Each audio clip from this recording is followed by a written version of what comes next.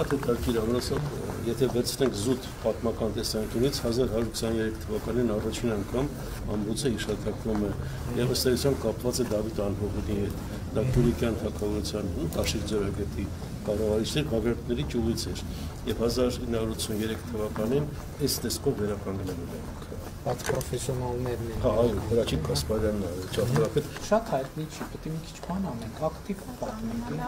Բայց ինքը իսկապես տուրիստների գալի տեղ է, էլի շատ։ Իհարկե, տուրիստները ման են գալիս։ Այն եկեղեցին ներքևի։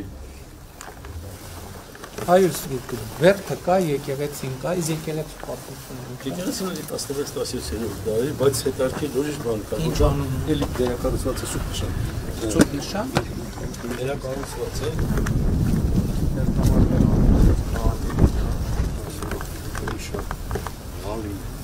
Մոտիկ շարած Մոտիկ շարած Բայց ժողովուրդն ասում են Ալինդիախալին